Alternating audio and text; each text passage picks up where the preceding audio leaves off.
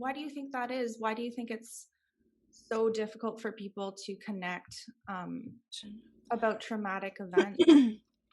I think, at least for me, I was afraid of not being believed. Right. That was my greatest fear. That was what I personally was afraid of. The second thing I was afraid of was, what would people think?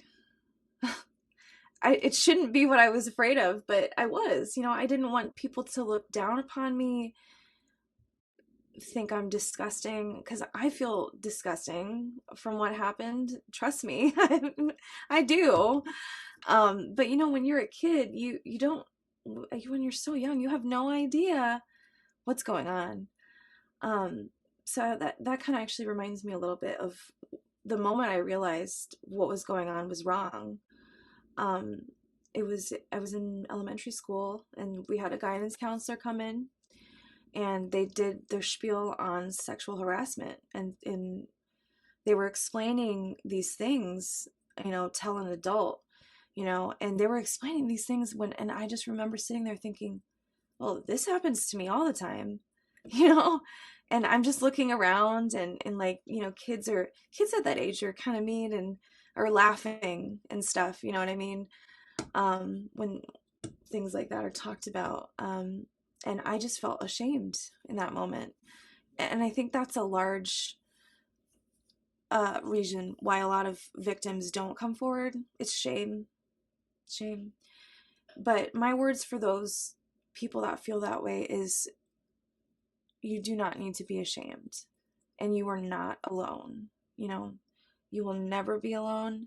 And there's strength in numbers.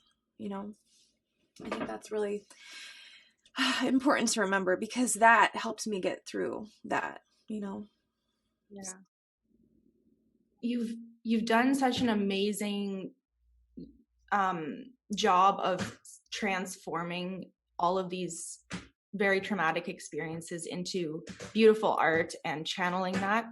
How can someone do that? How can someone transform something that's so negative and channel it into something so positive? Like, how do you go about that? That's a beautiful question, because